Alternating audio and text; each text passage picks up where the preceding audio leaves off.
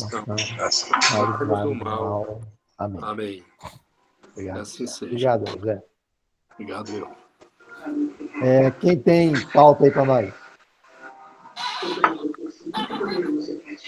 Quem tem pauta? Fala, Jolie.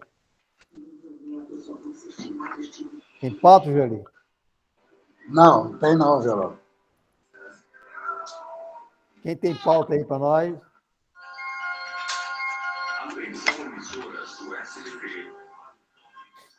Não tem não, pessoal? Todo mundo sem pauta. Bem, já que ninguém tem pauta, uma coisa que não vamos discutir nas entidades contábeis é que a gente apresentando o ECD, eu acho que nenhum outro órgão pode exigir que a gente tenha que apresentar na junta. Essa é a discussão. Alguém quer conversar com a gente a respeito desse assunto?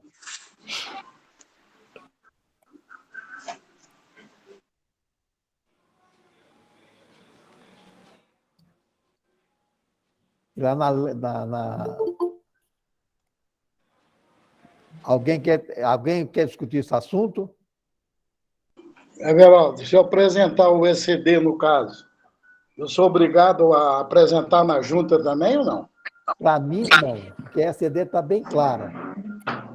É a partir do momento que você apresentou a ECD, você não é obrigado a apresentar em qualquer um outro órgão. Já está devidamente registrado, certo?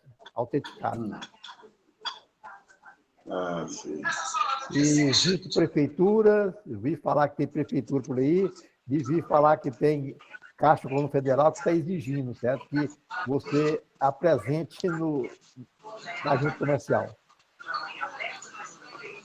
Já, mas a gente precisava de ter esse dispositivo legal na mão para hora que exigir, a gente mostrar para os cabras, né? Mas está bem claro lá, o Joeli.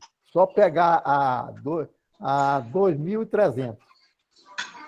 Isso chama tudo 2.300, não é, o Vanildo?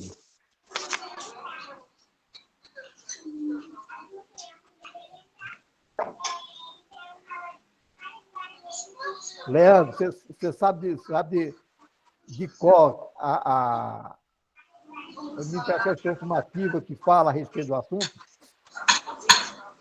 Do SCD?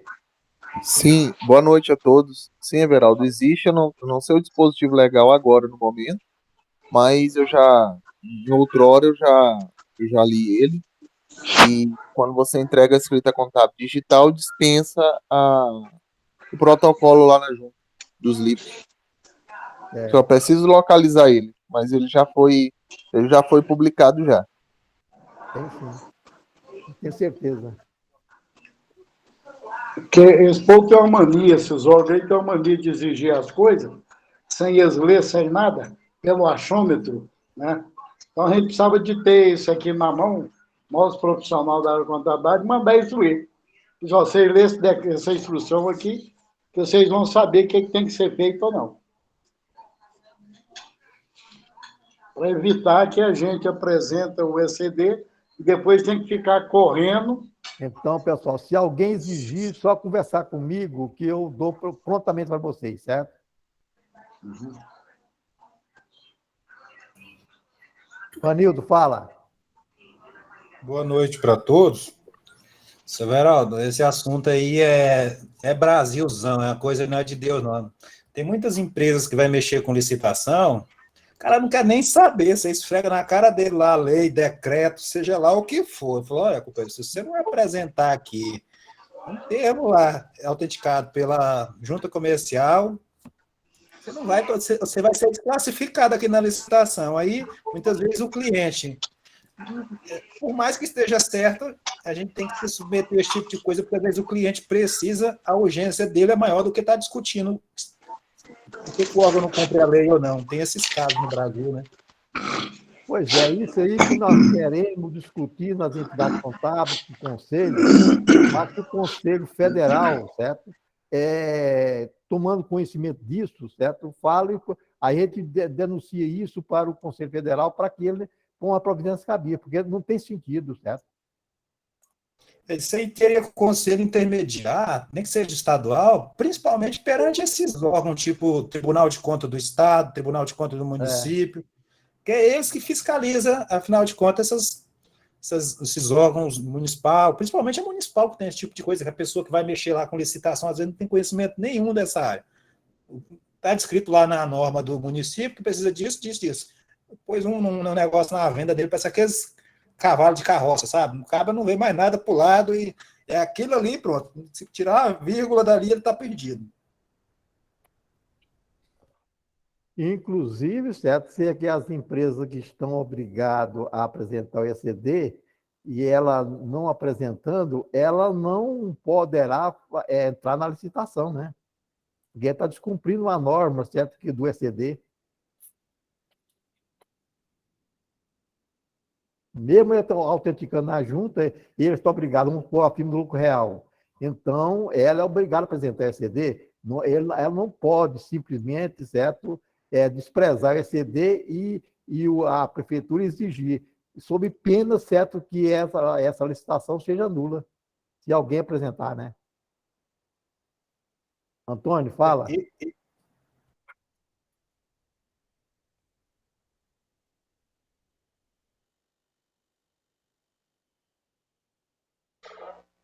Alguém mais quer falar sobre esse assunto? Boa noite. Cheguei um pouco atrasado, mas estou aqui. Ah. Dá uma opinião sua aí, Vanildo, fala.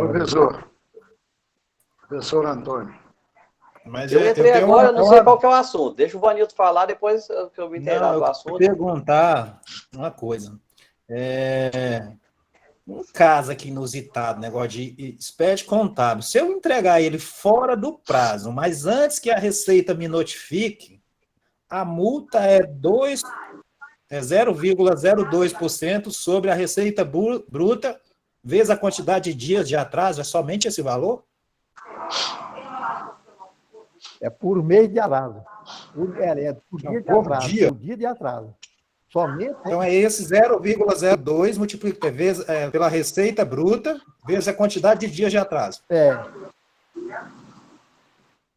Mas você vai atrasando, aí no fim está lascado, né? É porque eu passei por um caso desse, o sistema me deixou na mão. Né? Eu vou te contar do sistema, mas eu tenho que calcular essa bendita multa e juros, então eu fiquei na dúvida, porque é meio confuso lá. Onde ele remete a multa, tem 3 situações. Tem um de, acho que é 5%, tem um de 0,02% por dia, e tem outro lá que agora eu não lembro, que é limitado a 1%. São 3 situações. Fala, Tony. Vanildo, no caso do SPED contábil, eu não tenho certeza como é, porque as outras demais situações, tipo o SPED contribuições, ele cobra vezes os meses de atraso, 0,2% do faturamento vezes os meses de atraso. Eu não seria também, não, porque quando é imposto de renda, ela cobra ao dia, né? Os demais tributos federais. Agora, a multa do SPED, eu acho que ela é ao mês, ela vai multiplicando pelo mês. Aí tem algumas situações que ela vai agravando, né? Mas eu não tenho certeza, só para dar o palpite mesmo. Não, mas não é não, Eudes, não é por mês, não. Eu sei que se você fizer espontâneo antes da Receita te notificar, pelo que eu entendi lá na lei, que a instrução normativa remete lá para essa lei. Até no próprio manual da ECD tem lá explicando como é que calcula a multa. O código de receita tem lá no manual. Eu só fiquei na dúvida se Vanildo, lá tem 3 situações. Vanildo, Oi. tem 2 situações analisadas dentro desse quesito penalidade da ECD. Um é por apresentação fora do prazo.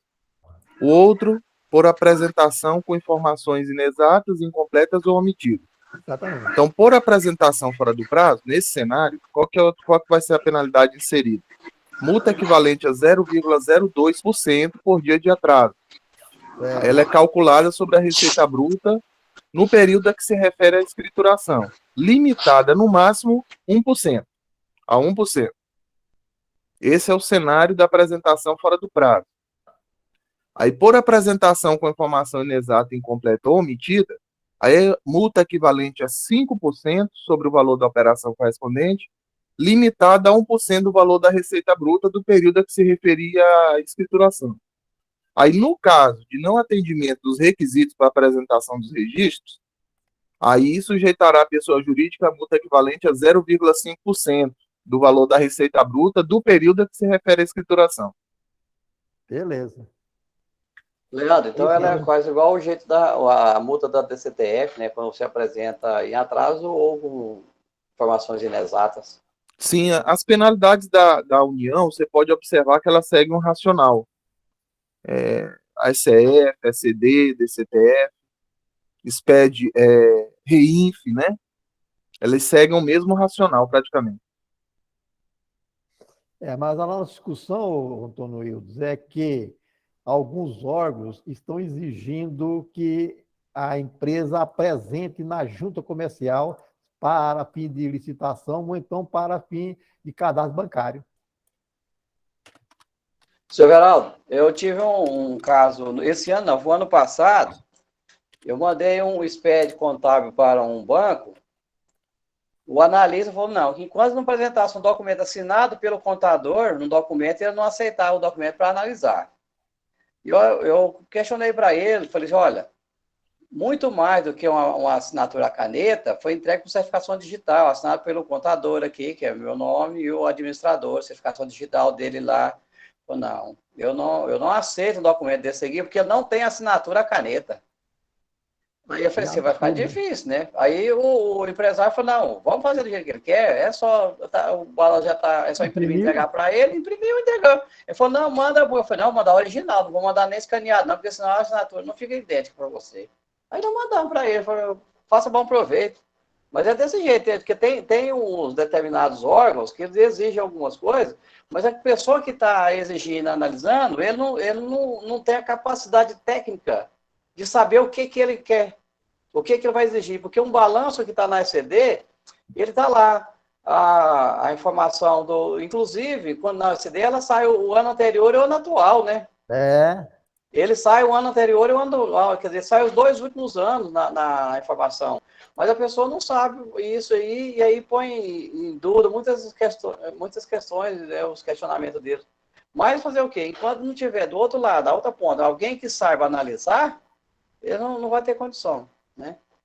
Essa mesma empresa que eu estava falando do Banco do Brasil, que eu acabei citando agora o nome do banco, eu não tinha citado, ela tem fornecedor multinacional, manda SCD, DLPA, eles analisam bonitinho, que fala assim, quando a empresa não tem entregue a contábil, ela exige o documento assinado, registrado na junta comercial, o livro. Mas se é entregue por escrituração contábil digital, ela tem a prevalência sobre as informações. Quer dizer, porque quem está pedindo o documento, quem vai fazer uso desse documento, é quem conhece da legislação e sabe o que quer. Agora, a questionamento nosso é que eu quero acionar o conselho, vamos discutir no dia 8 agora, para que eles intervenham, sendo esses órgãos, para que eles não exijam isso, certo? Essa é a discussão nossa para a gente levar para o Conselho, para ele intervir no Conselho Federal, certo? E talvez na FENACON também. Isso aí é muito válido. Aí eu apoio, vamos dizer, 100% esse pedido aí, esse vazamento, porque se a partir do momento, se o livro tem prevalência, a partir do momento que registrou o SPED contábil tem prevalência sobre os livros arquivados da junta comercial, que ele tem que substituir e os órgãos têm que saber disso, inclusive, fosse o caso até a alteração na legislação do imposto de renda, no regulamento do imposto de renda, para as empresas passarem a tomar conhecimento. Rosmari. É Rosmari mesmo? Só serviço? É, Rosmari. Fala, Rosmari.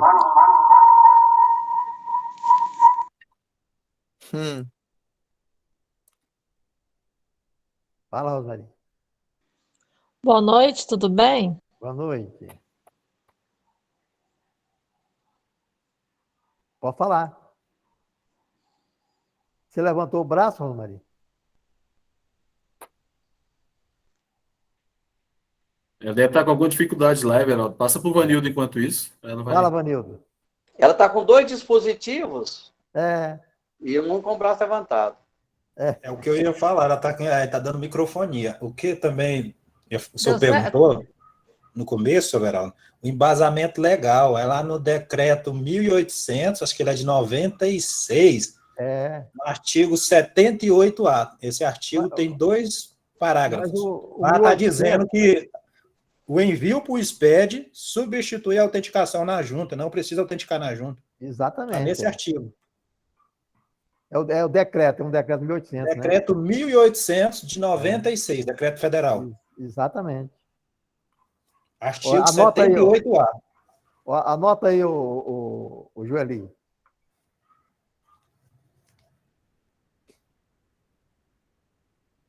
Rosmarie, pode falar. Boa noite a todos. Desculpa aí, eu estava organizando aqui, porque o som do celular está muito baixo, eu tive que colocar no notebook. Mas para Pode falar, falar. tem que ser no celular. Deixa eu fazer uma pergunta. Eu estava falando mais cedo com o pessoal aí no grupo sobre a questão do grau de risco do contribuinte individual, né? Da aposentadoria especial. E eu estou com uma dúvida.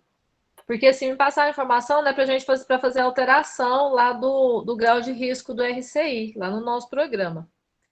Me surgiu a seguinte dúvida: vai ser cobrado alguma coisa a mais para ele? Porque na legislação fala que o RAT, por exemplo, ele é cobrado de empregados e trabalhadores avulsos. E no caso também a empresa é do Simples Nacional, ela não tem nem terceiros, nem a parte patronal, que é paga no próprio Simples Nacional. Ah. Alguém pode responder a Rosmarie? Fala, Vanildo. Repete novamente a pergunta aí. Você está falando de um prolabore que quer pagar adicional para fins de aposentadoria especial, é isso? Isso.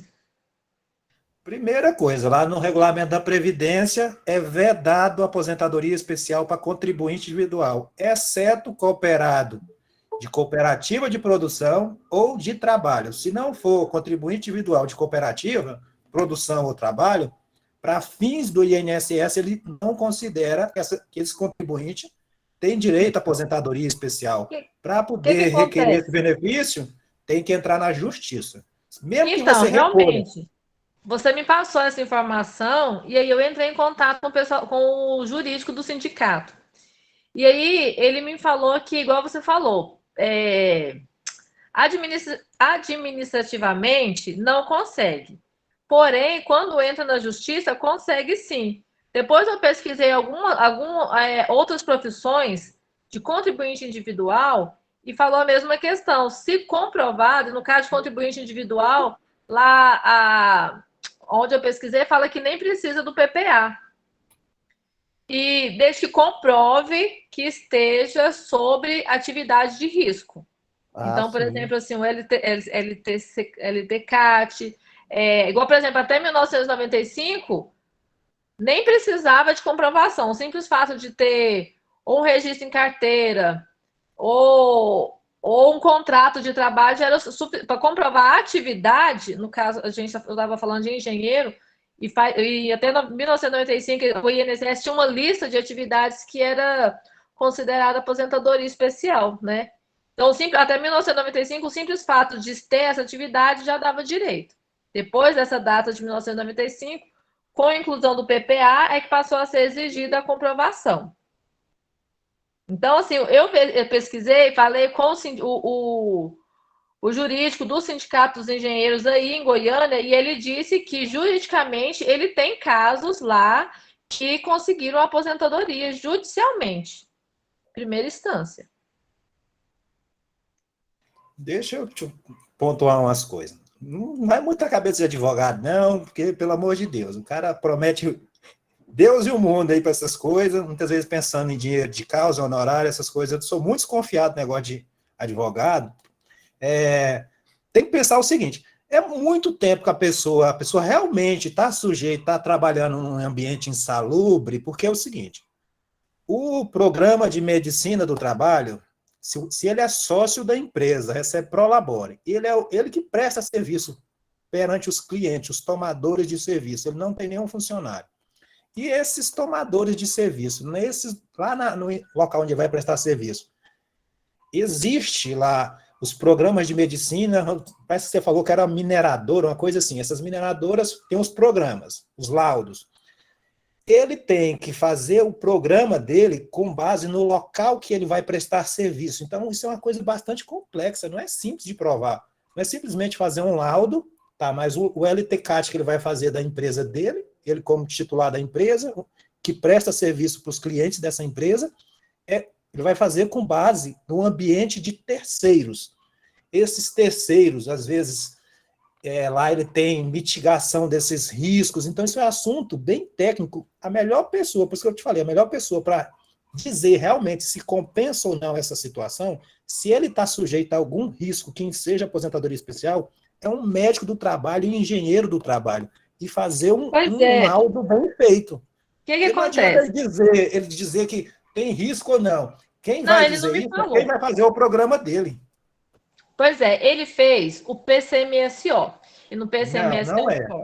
Não, eu entendo, o PCMSO não tem nada a ver. Só tipo assim, o gancho foi o PCMSO. E aí eu fui pesquisar, e entra aquela questão. O engenheiro de Minas, ele anteriormente, por lei, ele era automaticamente considerado como aposentadoria especial. Por que que hoje ele não é mais? Então, tipo assim, tem alguma coisa controversa aí na legislação, certo? Eu falei com uma empresa que mexe com SST, e ela, inicialmente, ela falou assim que precisava do LTCAT do próprio engenheiro. Eu falei assim, mas o engenheiro presta serviço na mineradora. O LTCAT que vai funcionar é da mineradora, porque não tem como ele colocar o ambiente do escritório dele.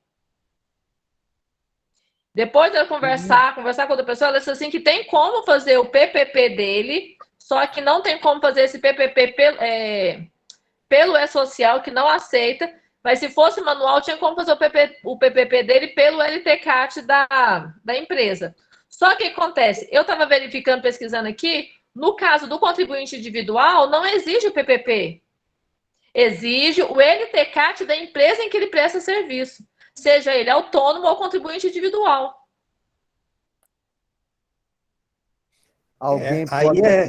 Esse assunto, por isso que eu estou te falando, é bastante complexo, não é simples de dar uma resposta. Ele vai ter que procurar um profissional e o profissional vai fazer o laudo da empresa dele dizendo quais são os riscos, com base em quê? Com base no LTCAT dos clientes dele, onde ele presta serviço, qual a intensidade, quanto tempo ele fica lá, quais são os riscos, realmente se dá direito à aposentadoria especial ou não. Então, quem vai fazer isso é um profissional que tem que fazer isso bem feito. Não, sim, essa parte ok.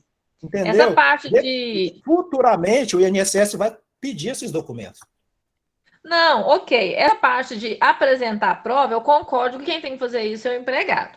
Até aí, perdão, o empregador, né? O contribuinte individual. Até aí, ok. A minha pergunta é só em relação ao nosso programa aí. Porque a pessoa que me falou que eu tenho que fazer alteração, a primeira das coisas, né? Que ele, inclusive, já fez esse tipo de aposentadoria. Ele me disse que tem como que ele já fez. Usa o nosso programa e disse que ele já fez esse tipo de aposentadoria especial de contribuinte individual, não só de engenheiro, como de caminhoneiro. O que mais que ele falou? De motorista. Ele disse que ele já fez. Mas até aí, ok. A questão eu vou colocar a alteração do grau de risco. A minha pergunta é, o sistema, seja o sistema do nosso programa, ou seja o E-Social, considerando que ele é uma empresa do Simples Nacional, ele vai cobrar algum valor, além do valor da contribuição dos 11%? Olha, Osmeire, esse caso, se é para colocar no nosso programa, aí é comigo, aí ele vai verificar o layout do E-Social, vai verificar o layout do INSS, aí para colocar. Agora, esse caso seu, nós temos que você vai trazer para mim e nós vamos verificar com a Doroci, vamos verificar com o Cleide. Se o layout permitir colocar isso, nós colocamos para você, Osmeire. Não, mas eu já coloquei. Eu esqueci o nome do rapaz. Ele me mostrou, ele entrou comigo no nosso programa e me mostrou onde coloca, lá no cadastro, lá do RCI, aumentou lá o grau dele. A minha pergunta é, se esse aumento no grau de risco dele, considerando que ele é contribuinte individual e não empregado, se vai gerar um adicional na guia da GPS dele, porque até o momento eu acreditava que não, mas aí um colega meu da área de departamento pessoal veio me dizer que ia aumentar, que esse colega que me falou que tinha que alterar, ele me falou assim que eu tinha que alterar todas as CFIPs, desde quando ele abriu a empresa. Olha bem, se o E-Social aceitar, sem alteração, certo? Tudo bem, porque tudo agora é feito pelo E-Social, certo? Então, se você alterou e apresentou o E-Social e eles não exigiram isso, então, tudo bem, certo? Então, aí nós vamos conversar mais para verificar se o E-Social está aceitando uma coisa que está errada. Não, mas no caso, antes de eu mandar o E-Social, é igual você, eu preciso saber, porque eu mandando o E-Social, não tem como eu inverter aquilo, não tem como eu cancelar o E-Social, Sim, certo? mas aí você que vai decidir, Rosemary. Você, ó, se nosso programa aceitou colocar isso, e você vai mandar para o E-Social, e se você mandar para o E-Social, você está pensando que pode acontecer alguma coisa, certo? Aí nós temos que conversar, aí você que vai determinar. Ó, eu vou mandar e pronto, né? Você que vai determinar, né? Não é, o programa aceitou fazer isso. Fala. Deixa eu responder ela. Eu entendi a dúvida dela. Vamos lá. A empresa é do Simples Nacional. Ela está em que anexo do Simples? Eu estou fazendo pelo anexo 3, que eu estou fazendo pelo fator R. Mas ela é do anexo 3? Fator R? Anexo 3, é? Ela Nesse é engenheira, mas eu posso fazer ela pelo anexo 3 se eu tiver fator R. Mas engenharia depende muito, porque esse negócio tem que ter muito cuidado. Pode ser, dependendo do que for o tipo de engenharia, Anexo pode ir lá, 4. pode ser anexo 4 também. Então tenha muito cuidado com esse negócio de engenharia, porque se a pessoa vai lá, uma coisa é fazer o projeto de engenharia, é anexo, prestação de serviço anexo 3 ou 5, dependendo do fator R. Outra coisa é execução, ir lá na execução, tá lá, ou seja, chão, pôr a bota do engenheiro, pôr a bota lá e acompanhar a obra. Isso é anexo 4. Rosberg, olha, o que o Nil está falando, agora estou me lembrando, é do anexo 3, anexo 4 e pronto, porque lá no anexo 4 você vai pagar de acordo com o grau de risco. E lá no anexo 3, não. Que anexo 4 tem a parte patronal. Exatamente. O que aumenta a contribuição, quando tem aposentadoria especial, é a parte patronal, não é o que desconta do empregado. Agora, se ela for a empresa do Simples, que não tem, não seja anexo 4, aí sim não vai ter recolhimento nenhum, simplesmente vai declarar lá no cadastro dessa pessoa, para fins do E-Social ou CFIP, que ele tem direito à aposentadoria especial X% lá, 15, 20, acho que é 20, 25, uma coisa assim. Você tem que alterar lá na CFIP aquele campo de ocorrência. No E-Social, Sim, esse eu já alterei. eu não me recordo qual é o campo. Mas então, se tiver isso no caso do CFIP, você vai ter que mexer nos patrais também. Se não foi declarado desse jeito, tem que corrigir os patrais. Se realmente está sujeito a esse benefício que dá direito à aposentadoria especial. Se ele está lá em ambiente que dá direito à aposentadoria especial, tem todos os documentos, laudo, tudo, porque futuramente... ele tem um contrato. A CFIP é declaratório, assim como é social. Ele não vai te dizer o que é certo e o que é errado, é você que declara. Exato. Você que vai optar, ó, se é anexo 4 ou anexo 3, minha amiga. Pois aí nessa questão aí dos anexos. Quando eu fui abrir a empresa e tudo, eu fiz uma avaliação, eu pesquisei, eu entrei em contato, até na época eu falei também aí com o pessoal, e aí assim, ele é do anexo 4. Só que como eu faço o fator R, a legislação não me permite lançar ele no anexo 3? Não. Entenda primeiro a diferença entre anexo 4 e anexo 3. Você tem que entender o que a pessoa faz, porque dependendo da forma que ele trabalha, é um ou outro. Se for anexo 3, ele tem o fator R, que aí ele pode ir para o 3 ou para o 5. Dependendo do fator R. Rosmarie, é o seguinte, aí você tem que ver qual que é a atividade econômica principal desempenhada. Porque é o seguinte, se a atividade for de engenharia é uma atividade intelectual. Ela nasce no anexo 5 E se você trabalhar o fator R, e esse fator R, quando você pega FS12, divide por RBT12, e o resultado desse fator R for igual ou superior a 28%, você tributa a empresa no PGDAS dele pelo anexo 3, carga tributária no Simples Nacional menor. Isso, é isso que eu faço. Isso é serviço de engenharia, que é uma atividade intelectual. Anexo 4, ele tem que estar elencado no item 7.02 da Lei Complementar 116 de 2003, que traz aquela lista de serviços, que é construção de edifícios, né? Serviços auxiliares da engenharia, mas serviço de engenharia eu não posso tributar jamais pelo anexo 4, jamais eu posso, porque engenharia é uma atividade intelectual. E está previsto... Ele é engenheiro, ele acompanha a obra, por exemplo, ele não fica lá no escritório só fazendo papel. Ele é engenheiro de Minas, não é engenheiro residencial ou engenheiro de alguma coisa, ele é engenheiro de Minas, então ele tem que ir lá na mina fazer o laudo lá onde é a mina. Por isso que é ele. Mas aí você vai pela atividade intelectual. Você vai pela atividade desempenhada. Se a atividade desempenhada é atividade de engenharia, é uma atividade intelectual. Então, ou ela nasce no anexo 5, se você trabalhar o fator R para diminuir a carga tributária no Simples Nacional, ela vai para o 3, dependendo do resultado do fator R. Para tributar no anexo 4, tem que estar ali no item 7.02 da lista anexa de serviços. Ali vai estar empreitada, subempreitada, construção de edifícios, certo? São serviços da área da construção civil e serviços auxiliares da construção civil. Aí eu vou falar em anexo 4. Se não for nessa atividade econômica, se for engenharia, aí não se fala em anexo 4, não tem que recolher CPP por fora, não. Extra PGDAS-D, não. Ele é engenheiro, ele é registrado pela empresa, o contrato dele é de engenharia, ele tem o CRES, tudo, ele é engenheiro. Por isso que eu falei assim, desde o início, que eu abri a empresa, eu faço dessa maneira, ele nasce no anexo 5, só que o RCI dele é bem mais alto, o fator R dele dá maior que 30%. Então, ela é tributada conforme o anexo 3. Leandro, se ele influenciou no negócio do anexo aí, do anexo 4, se tem grau de risco, não pode ser no anexo 3. Se tem grau de risco, é anexo 4. Mas o anexo do Simples Nacional, para definir o anexo, não se mede por esses parâmetros, né? Não. Porque aí é o grau, porque ele está executando o serviço, ele não está prestando serviço, ele está executando lá, dentro da mina. Pois é a mesma coisa, ele só muda o ambiente. Em vez de eu estar na mesa do escritório olhando, eu estou na mina. Ele já não é considerado suprimento de uma prestação de serviço. É uma execução dentro da mina, certo? Então está junto com os empregados lá dentro, tudo. Aí já é do Ele é engenheiro. Ele é engenheiro. Não, ele é atividade de engenharia.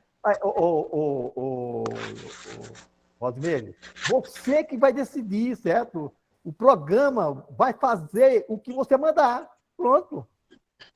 Você fala para o 3, vai para o anexo 3. Fala, Antônio. Seu Veraldo, o que ela está confundindo aí é o seguinte, a essência é sobre a forma. O que o cara está fazendo lá dentro, ele está fazendo a função de engenheiro de peão. Aí ela fala assim, mas ele é engenheiro, sim, mas ele está fazendo o serviço de peão. Só o que acontece é que ele está trabalhando lá como um PJ.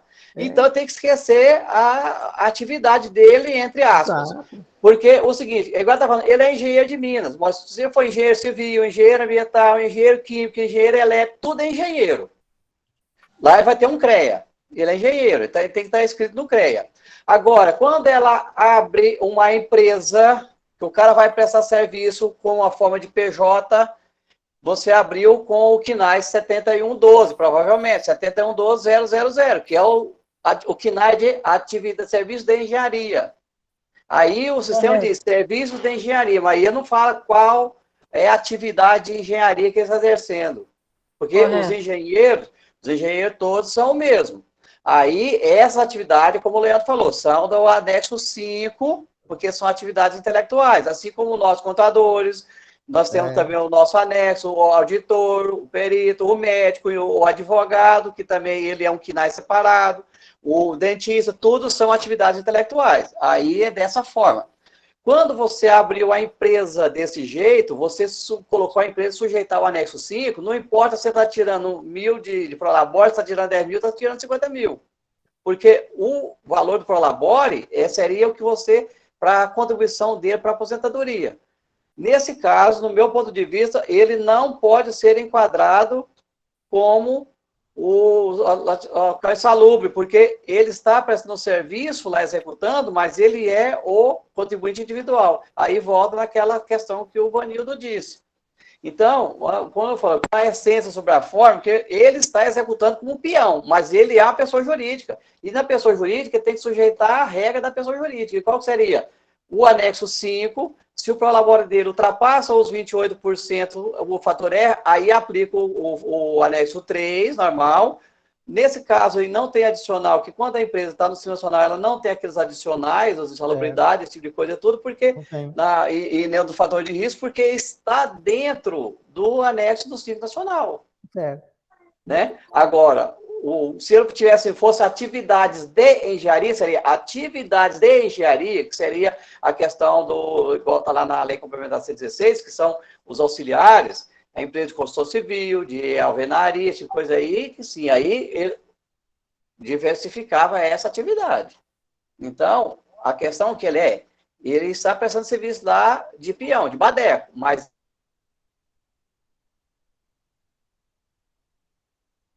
ele vai recolher 11%, ele não tem FGTS, ele não tem adicional nenhum, porque o salário dele é prolabore. Prolabore não se enquadra para fins de insalubridade e nem periculosidade. Aí vai o seguinte, o engenheiro diz isso, o advogado fala do sindicato, fala, eu consegui isso. Bom, se conseguiu é outro caso. Aí a gente não pode entrar nesse pormenor aí, nesse ponto de vista.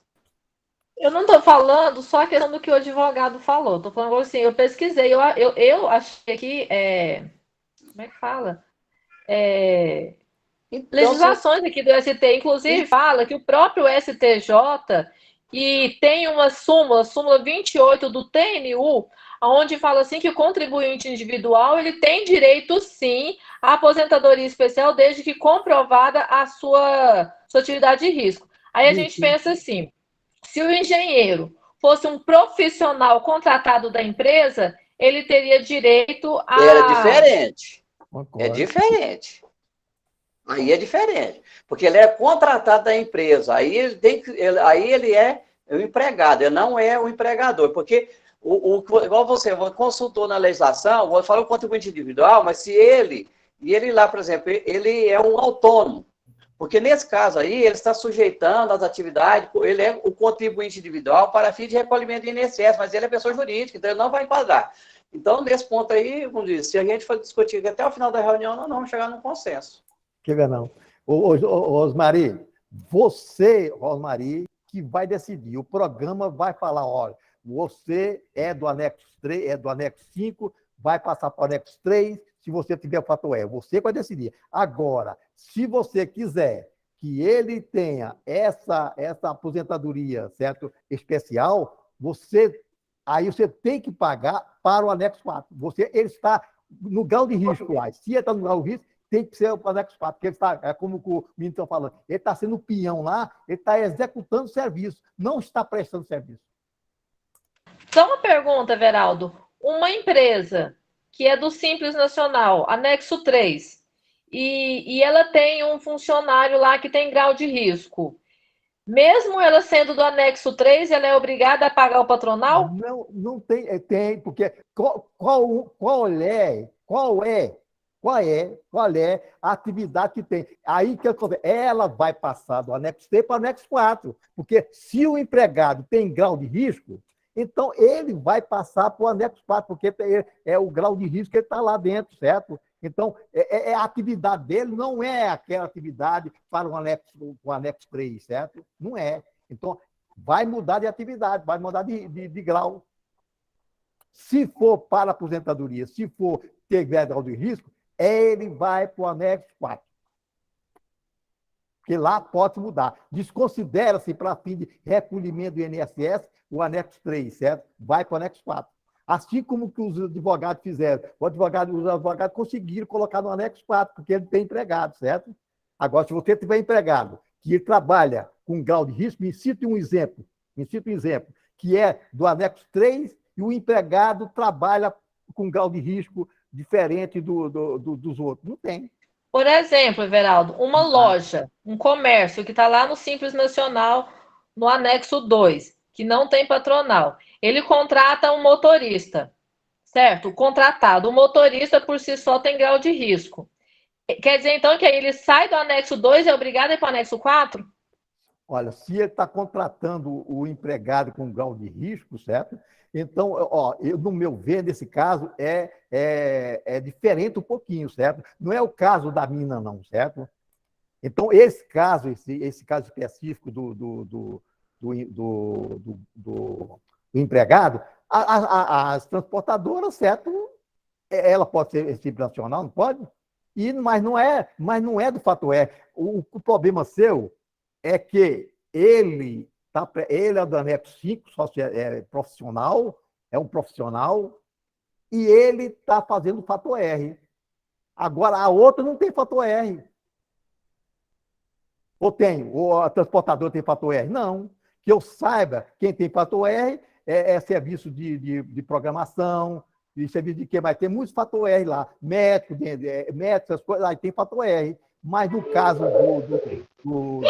caso de transporte, não tem. E essa outra, você é o comércio, ele não tem fator R. Tá vendo? Mas a gente não está falando do fator R, a gente está falando da contribuição patronal. Ele vai recolher para a parte dele lá, né? Presidente. Se ele mandar fazer, nós colocamos. Fala, Presidente, fala. posso falar? Pode. Bem, ele é contribuinte individual. É. Né? É. Então, o artigo 11 da 8.213, de 91, ela fala o seguinte: são segurados obrigatórios da Previdência Social as seguintes pessoas físicas. Lá no inciso 5º tem como contribuinte individual. Então, contribuinte individual é segurado da Previdência Social. Lá no artigo 57 também, da 8.213, fala: a aposentadoria especial será devida, uma vez cumprida a carência exigida nesta lei, ao segurado que tiver trabalhado sujeito a condições especiais que prejudiquem a saúde ou a integridade física durante 15, 20 ou 25 anos, conforme dispuser a lei. Então, se o artigo 57 fala que dá direito à aposentadoria especial ao segurado, e o artigo 11 fala que o contribuinte individual é segurado, então, tranquilamente, ele tem direito à aposentadoria especial. E não precisa pagar mais nada. Agora, a questão aí é, como o Vanildo falou, ele está como contribuinte individual, você tem que analisar esse requisito aí, mas o contribuinte individual tem direito, sim. Mais contribuição especial.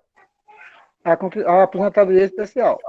Aí não tem nada a ver uma com a outra. Se você vai continuar recolhendo o jeito que está fazendo aí, e vai requerer a aposentadoria especial para ir lá, pronto, porque o senhor vai provar para ele que ele trabalha na mina. Agora, se ele chegar lá, vai trabalhar na mina, vai. Aí não, isso aí é execução, certo? Aí ele pode tirar ele fora. Aqui a lei está falando que tem direito, mas aí, é como o Vanildo falou, aí ele vai ter que provar que ele tem direito à aposentadoria especial. Ele ter cátia, laudo, todo tipo de prova ele vai ter que se cercar e ver com a Previdência, para a Previdência considerar. Ô, Fábio, mas acontece que ele poderá continuar recolhendo pelo fator R e não pelo anexo 4? Não, o anexo 4 é empresa de engenharia. Ele é engenheiro. O engenheiro é anexo 5, podendo se beneficiar pelo fator R, como o Leandro falou, lá 0,28 ou acima, para o anexo 3. Mas sim, ele, na qualidade de engenheiro, ele é anexo 5.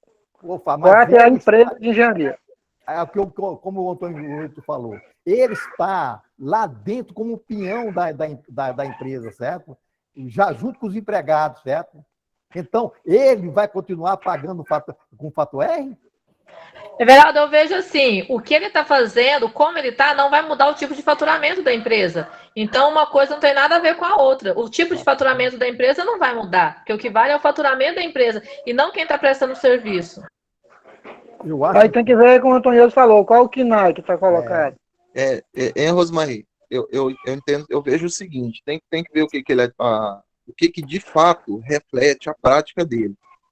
Então, sim, é atividade de engenharia o que ele está fazendo?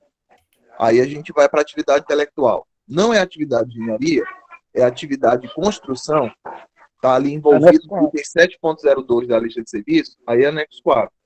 Aí, o exemplo que você deu do motorista. Eu não posso mudar um anexo do Simples Nacional de maneira nenhuma. Se a empresa é comércio, ela está no anexo 1. Eu não posso mudar o anexo do Simples porque eu contratei um motorista autônomo. De uma coisa não tem nada a ver com a outra. A empresa continua sendo tributada pelo anexo 1 como comércio. O que vai acontecer é o seguinte, que como a empresa, mesmo sendo optante pelo Simples Nacional, contratou um autônomo, ela, além de descontar os 11% dele, de reter, vai ter que contribuir 20% sobre a remuneração paga para ele. Não, mas ele não precisa ser autônomo, não. Ele pode ser um funcionário de carteira assinada. Pode ser um funcionário de carteira assinada na profissão de motorista. Ele tem grau de risco. Sim, eu estou te dando aquele primeiro exemplo que você falou do motorista. Eu estou querendo te dizer o seguinte, não se muda anexo em função dessas situações, não. O parâmetro de anexo do Simples Nacional não é esse. Agora, o que eu vejo é o seguinte, a atividade que esse engenheiro está executando, talvez não seja a atividade de engenharia em si, um projeto um desenho de um projeto, né? Um desenho de uma planta. Não é isso que ele está fazendo. Então, de repente, ele não está fazendo atividade, ele não está desenvolvendo uma atividade intelectual. Ele está numa obra. Se ele estiver desempenhando obra de engenharia, que não é atividade de engenharia, é diferente, aí ele vai para o anexo 4, tem aquela contribuição CTP por fora do PGD, contribuição previdenciária patrimonial. Concordo plenamente. O que mais, pessoal? Desculpa, eu não consegui entender essa parte que vocês estão falando aí, a diferença entre a engenharia, que é o serviço oferecido por um engenheiro credenciado pelo Cresce, e essa outra atividade de engenharia de obra. Eu não entendi por que é diferente. É assim, para ficar bem claro para você qual a diferença, se você for lá na Lei Complementar 116 de 2003, que traz a lista anexa de serviço, você localiza lá o item 7.02. Lá no item 7.02, ele traz os serviços de construção civil e os serviços auxiliares, que são obras de engenharia. Então, o que são os serviços auxiliares, por exemplo? Reparo hidráulico, elétrico, pintura, carpintaria. Então, isso são serviços auxiliares. Então, estando nesse âmbito da construção civil, é anexo 4 do Simples Nacional. Inclusive, essa previsão, se eles anotar a base legal, está na Lei Complementar 123 de 2006, artigo 18, parágrafo 5º-C de casa. Lá traz todas as atividades. 123 de 2006, artigo 18, parágrafo 5º-C de casa. Então, lá vai trazer as únicas atividades que são sujeitas ao anexo 4. Que quais são? Construção civil, que é construção de imóveis, né? Sobre a forma de subempreitada, vigilância, limpeza e conservação, serviços advocatícios. Somente esses são do anexo 4. Então, todos os serviços auxiliares da construção civil estão no item 7.02 da Lei Complementar 116 de 2003. Fazendo um exemplo na prática. O que é um serviço de engenharia? Eu desenhar uma planta, eu desenhar um projeto. Isso é serviço de engenharia. Aí, se eu fizer uma obra de alvenaria, aí uma obra de alvenaria já está no âmbito da construção civil, já é um serviço auxiliar da construção civil. Aí, anexo 4. Fala, Fábio.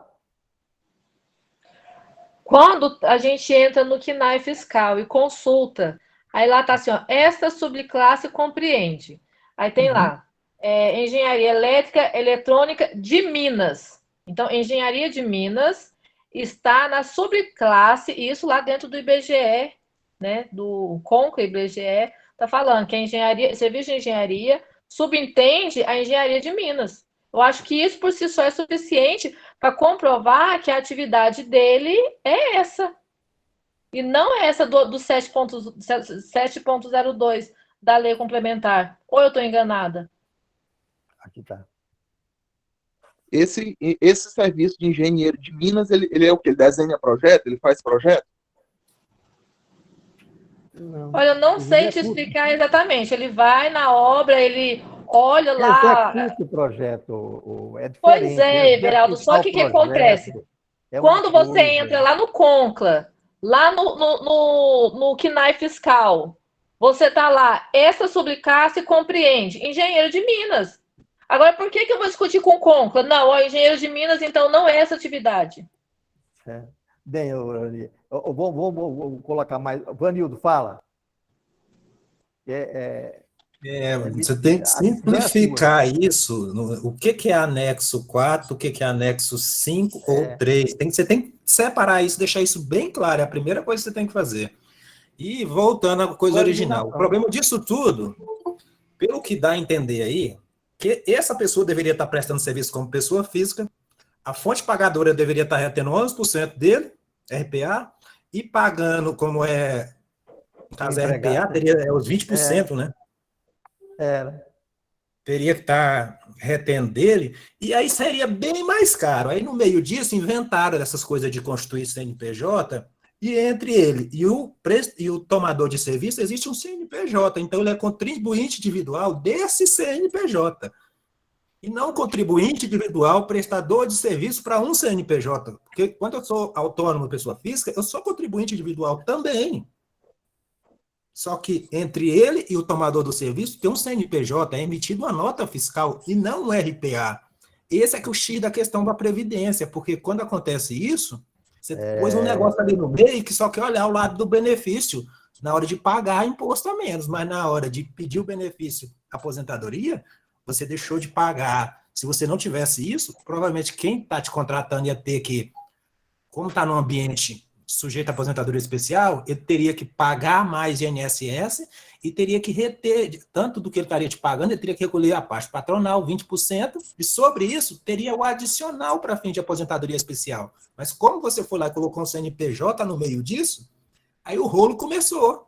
Fica nesse negócio aí de querer pedir aposentadoria especial como contribuinte individual, mas você é contribuinte individual perante o seu CNPJ pelo fato de estar recebendo prolabore, e não pelo fato de estar prestando serviço como um contribuinte individual para quem te contratou. Você está prestando serviço como um CNPJ.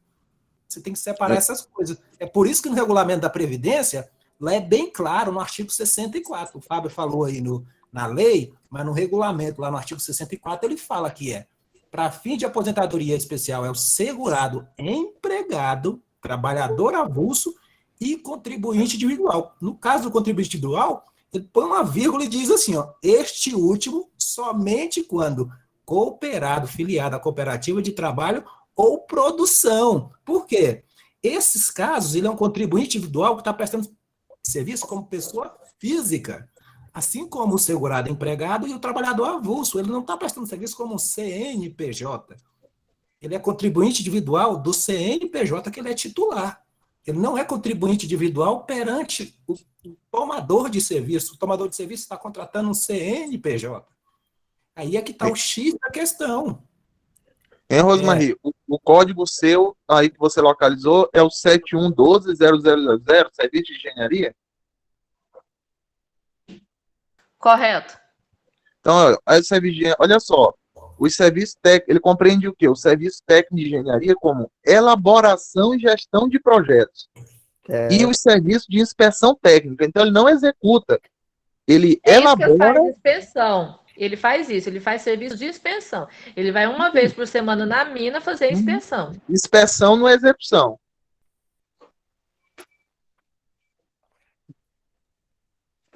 Pois é, Maria, eu acho que você não poderia olhar para esse lado, para essa aposentadoria. Ele faz uma vez por semana, só para olhar lá o que estão fazendo. Eu acho que não é execução. Não. Aí não é execução, então não é... Gente, vamos mudar para a próxima, se tiver. Nós estamos uma hora debatendo esse meu assunto, que nós não vamos chegar no fim dele, inclusive. Vai não. Aí, olha, Maria, você que vai decidir, certo? Se você mandar o programa fazer aqui uma coisa, ele faz. Se mandar fazer outra coisa, aí você que vai decidir, viu, Maria? Infelizmente, o nosso colega não conseguiu te convencer, né? Mas tem alguma pergunta aí mais aí, pessoal? Tem pergunta, pessoal? Eu não tenho, Antônio Idos. Não tem. Vanildo, fala. Mas a gente não respondeu a pergunta dela. Ela perguntou quando é empregado de uma empresa do Simples e ele está num ambiente insalubre que dá direito à aposentadoria. Se é recolhido a mais ou não. Não é, porque dependendo do anexo que ele está no Simples, se ele tiver no anexo 1 uma empresa, ele não vai ter que recolher a mais.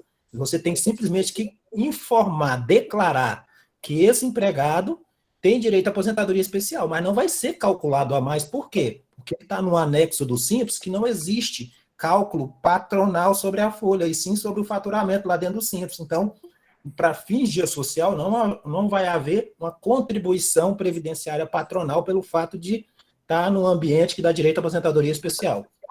Respondendo Não a sua tem pergunta. empregado, não, Vanildo. Ele não tem Não, empregado. mas ela não. perguntou, ela deu um exemplo aí, se calcularia.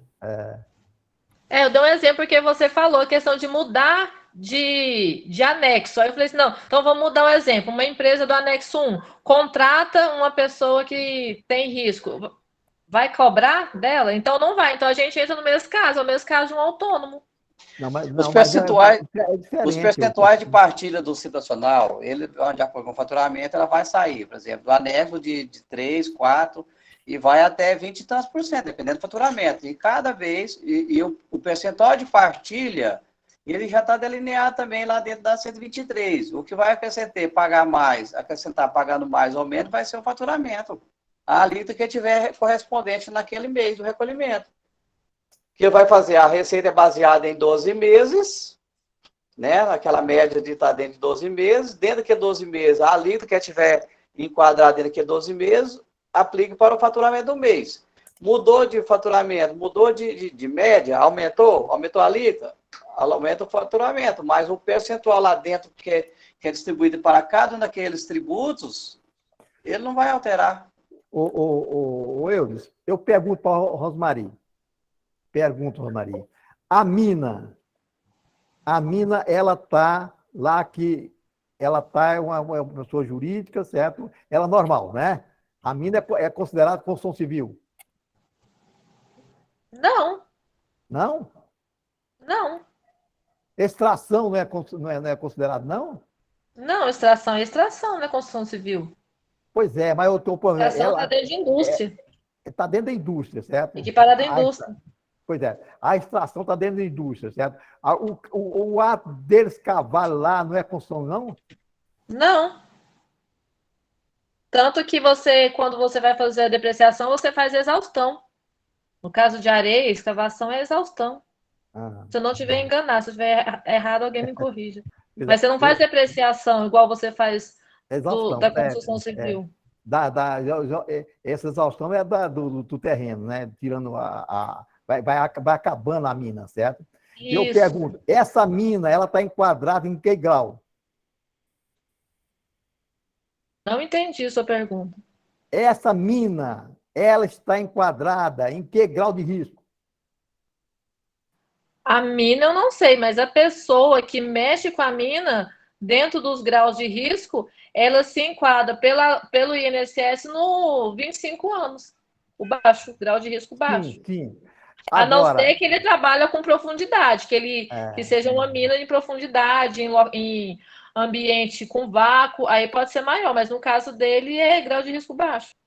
Eu pergunto agora, essa pessoa que vai trabalhar lá dentro, ela não terá que sujeitar-se ao mesmo grau de risco, certo, do que está lá dentro dos empregados? Isso, muito bem, Everaldo. Ela vai ter. Ele, mesmo como pessoa jurídica, ele vai ter que se enquadrar no mesmo grau de risco e nas mesmas obrigações de EPI dos empregados. Tá bom. Mas acontece que ele contratou uma empresa uma empresa individual. Então, quando essa empresa entrou lá dentro, ela tem que sujeitar-se ao mesmo quesito, certo, da indústria. Correto. Da outra. Aí não poderia ser, como que o Leandro falou, não poderia ser esse caso de profissional liberal, certo? O liberal engenheiro, certo? Ele está executando lá dentro. Eu acho que, a partir do momento que você entrou lá dentro, não tem jeito, minha amiga. Mas acho. o engenheiro, se ele tivesse um engenheiro contratado, a pessoa física foi lá e registrou a carteira, ele ia ser um Continua. engenheiro de Minas e ele estaria Tá. sob risco. Pronto. E se você contratou uma pessoa jurídica, que é um individual, não vai ter o mesmo, não? Isso, Everaldo, essa é a questão. Ele tem o mesmo direito. A Mas única ele diferença não é o que o poderia- embasa ele é um CNPJ. Não poderia, não pode contratar. Ele não poderia ser, certo?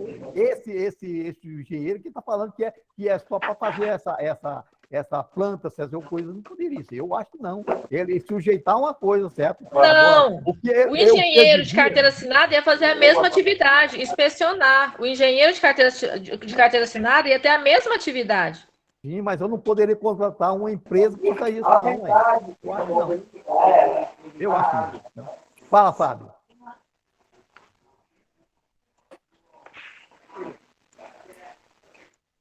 Fala, Leandro. Não, eu ia fazer uma pergunta para a Rosmarie, mas ela já falou, ele só inspeciona, né?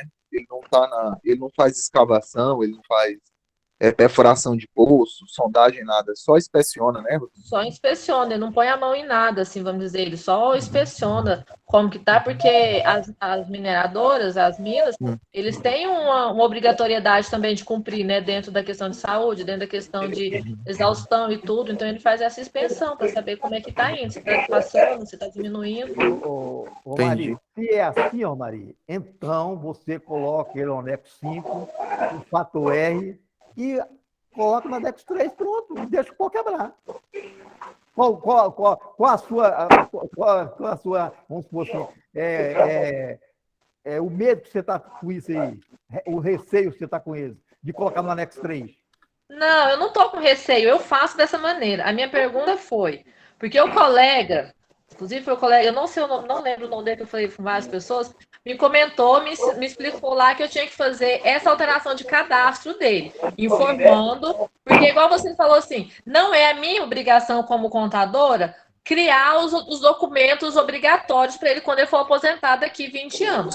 Porém, como contador, na mesma responsabilidade que eu tenho dele como empresa, eu vou ter de um comércio que for meu cliente, que contratar um motorista, eu tenho que saber no meu departamento pessoal como lançar esse motorista para o E-Social, no cadastro do sistema e tudo. Então, a minha preocupação hoje é fazer o cadastro desse engenheiro de forma correta. O restante da documentação, ele vai buscar, mas a minha parte, como contadora, eu quero fazer direito. Então, já me passaram, olha, você tem que fazer a inclusão do fator de risco dele no cadastro do nosso programa. Ok, fui lá e fiz. Agora, minha dúvida é, ele é anexo 5, está sendo tributado pelo anexo 3, porque o fator R dele é superior a 30%. Dúvida que me surgiram, eu vou pagar alguma coisa a mais na GPS?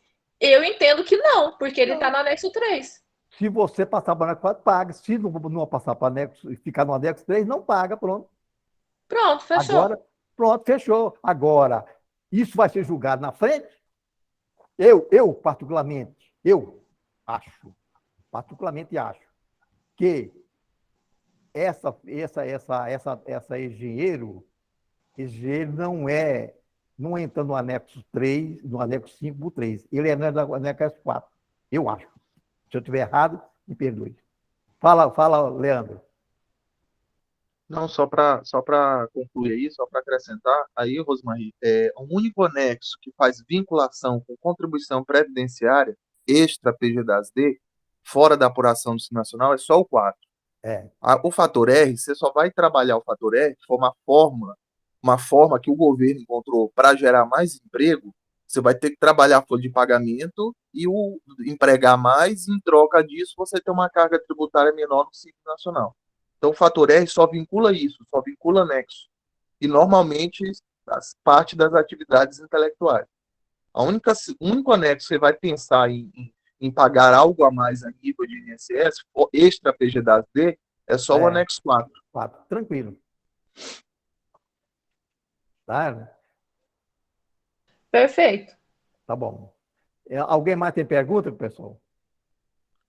Verão, deixa eu aproveitar esse gancho, já que a Rosmarie está dentro desse cenário, vou fazer um questionamento aqui, ver se alguém tem alguma objeção. Ainda pegando o exemplo da Rosmarie, empresa optante do Simples Nacional, contratou um autônomo para prestar serviço para ele. Então, ele vai configurar lá na folha de pagamento da empresa, ele deve, né, configurar na folha de pagamento da empresa. Então, recolhe o desconto dele como contribuinte individual. O desconto dele é 11%, Certo. vai descontar da remuneração dele, e vai recolher do bolso da empresa, para os cofres públicos, 20% em cima da remuneração devida. Alguma objeção sobre a patronal, por ser optante do Simples? Não. Não, eu não entendi. Mas o Simples não recolhe sobre 20%, não recolhe? Essa é a assim, questão. o fato gerador aí esquece saída, esquece faturamento. O fato gerador aí é outro. Então, a empresa do Simples é optante do Simples. Vamos pensar num profissional liberal. Contratei um profissional liberal. Tá. Recolho desconto 11% dele. Tá? Vou descontar 11% da remuneração dele. E pelo fato dele ser um contribuinte individual, independente de eu ser um optante pelo Simples Nacional, eu tenho que recolher para a Previdência 20%, a parte patronal, a parte empresa, sobre a remuneração paga para ele. Não, Bem, não vai pagar. Não. Rosmarie, o Leonardo está certo. O Leandro está certo. A lei fala isto, mas 999 não faz. Mas eu tô falando, Everaldo, porque assim, eu já trabalhei com folha de pagamento de profissional autônomo. E a própria folha de pagamento, meu sistema, ele não calcula 20%. A CEFIP não vai calcular os 20% sobre a folha, porque esse profissional autônomo, ele vai estar incluído na minha folha. Como é que eu vou calcular esses 20% fora? Olha, Maria, a lei fala que se você contratar a firma individual, certo? Ou então meio, você tem que recolher, certo? Como se fosse autônomo. E ninguém faz isso. E a Receita Federal e a Previdência está deixando passar, viu? Eu não sei o que vai acontecer. Mas aí entra aquela questão assim, tem que pagar desde que não, a questão do anexo. Se a empresa está no anexo, que ela já está pagando, ela já está pagando o patronal dela no Simples Nacional. Se eu for pagar o patronal no Simples Nacional e for pagar o patronal na folha de pagamento, eu estou tendo uma bitributação do mesmo tributo. Concordo com você, mas estou deixando passar, viu? Não tem como, sistema nenhum. A CEFIP não calcula. Você lança, por exemplo, se você pegar eu, contadora, e lançar o meu CPF lá na folha de pagamento como profissional autônomo, numa empresa do Simples Nacional, ele não vai calcular meus 20%. O autônomo não vai, não. Mas se for firma individual, vai. Deveria fazer isso. Todas as empresas que contratar firma individual, prestação de serviço, teria que recolher os 20%, como se fosse autônomo. Agora, o Simples Nacional, não. Você contratou o Simples Nacional, contratou uma firma do Simples Nacional, contratou um autônomo, é claro que ele vai recolher os 11% e as outras é de acordo com a receita, não é problema nenhum. Autônomo, certo? Agora, se contratar a empresa, já está ferindo. Aí, na frente, não sei o que vai acontecer. Não, mas ele está falando de autônomo. Ele comentou a questão de autônomo. Mas o autônomo, ele não vai recolher, o Leandro, não vai recolher os 20%, não. Ele vai recolher só os 11% e para o CPP, recolhe só o faturamento da empresa. Aí isso é taxativo. Tá? Agora, você tem ideia, pessoal? O ano passado aconteceu um fato inédito. Aí o Estado chegou e autuou. Um supermercado, como você está falando negócio de autônomo, um supermercado. E a atividade dele é do anexo 1, né? Anexo 1. Ele chegou, mandou os empregados embora e fez uma firma, certo, para prestar serviço para o supermercado. Olha que encrenca que deu. Desconsideraram tudo como se fosse empregado e pronto, viu? Entenderam? Mas é porque nós temos a questão da atividade fim. Então, nenhum tipo de empresa, seja MEI, seja Libertada, seja Eireli, você não pode sublocar mão de obra É. para a atividade fim da empresa. Sim, sim. Everaldo, o Fábio pediu, a Nilta pediu aí, o Pode Vanil, falar. tudo levantou a mão. Pode falar, ô. Pode Nem falar, o- Fábio. Fábio saiu aí. Bem, não, Nilta, tá aqui. Bem, Veraldo. Não, Ah, esse questionamento do doutor Leandro aí, o contribuinte individual, o Simples Nacional, não tem o recolhimento dos 20%, não. sei não. Porque lá no artigo 13 lá da Lei Complementar do Simples Nacional fala que o Simples envolve, lá no inciso 6º, inclusive, a contribuição patronal previdenciária, de que trata o artigo 22. O artigo 22 fala que é a previdência do trabalhador, do contribuinte individual, então não tem os 20%, não. Ah, tem não, Leandro, tem não, viu, Leandro? Agora, Fábio, se essa empresa contratar uma pessoa física, pessoa jurídica, uma pessoa jurídica, certo? Ela está perigoso de pagar os 20%? Ela contratar um MEI? O MEI tem lá na lei, lá na 140, na resolução, se eu não me engano, é atividade de alvenaria, pintura, mecânica, tem umas 3 atividades lá que, mesmo contratando como MEI, a empresa tem que pagar os 20%. São só esses 3 casos lá, 3 ou 4 situações em que, mesmo ela contratando como MEI, ela vai ter que recolher os 20% patronal.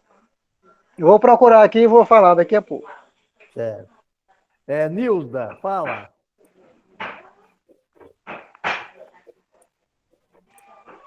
Nilda, Estão me ouvindo? estamos.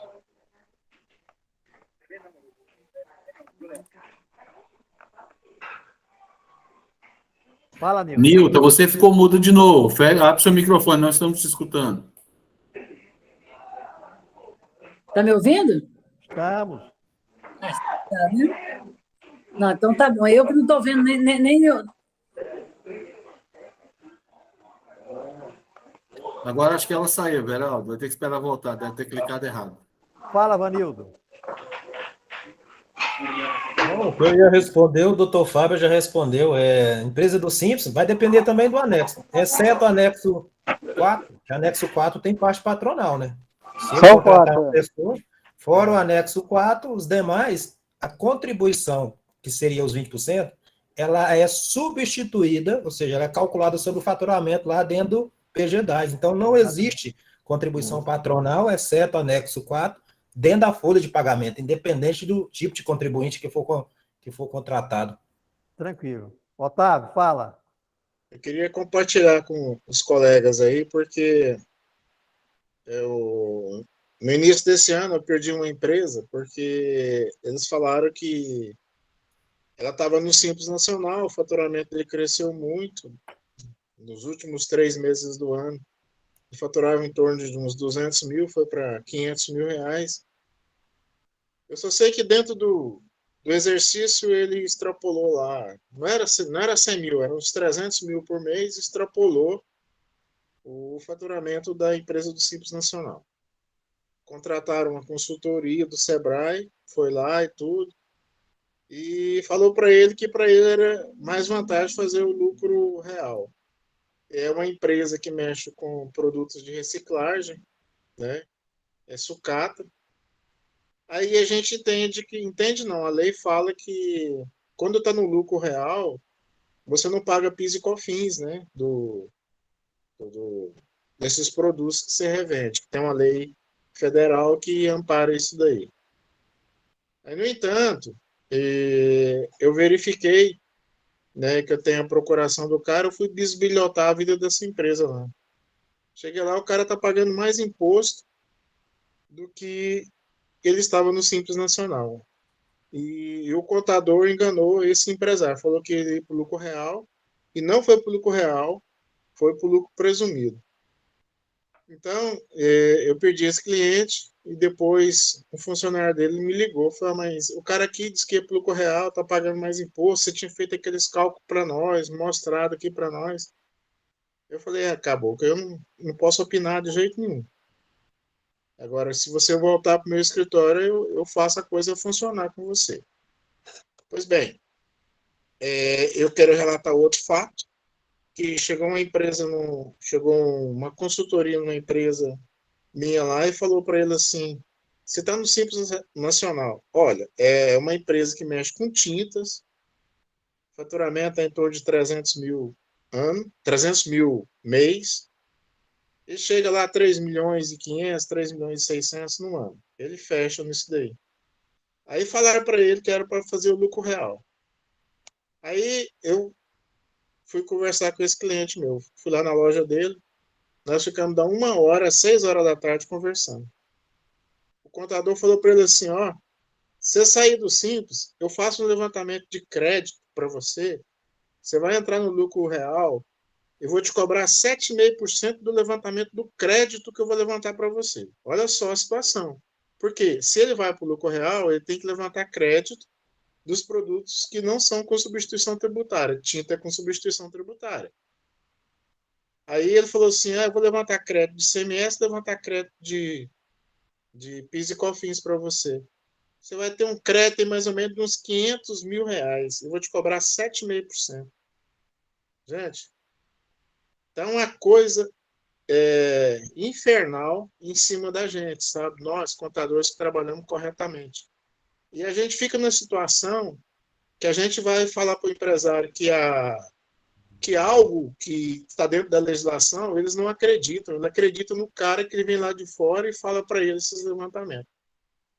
Então, infelizmente, eu só quero compartilhar aí também. Aí, seu Everaldo, o que ele falou lá para esse empresário? Que era para ele construir uma empresa, tirar todos os funcionários dele, abrir uma empresa de locação de mão de obra e jogar todos os funcionários lá dentro dessa empresa lá, mas ele tinha que criar uma outra empresa de locação de mão de obra. Eu falei, como é que ele faz isso? Não, ele faz a apuração mensal do lucro real, quando a empresa precisa de 300 mil de nota, ele emite 300 mil de nota. Eu falei, mas fica do mesmo tamanho, porque do outro lado lá ele vai ter que pagar os impostos também. Aí eu mostrei para ele que não tinha vantagem nenhuma. Aí ele tá lá.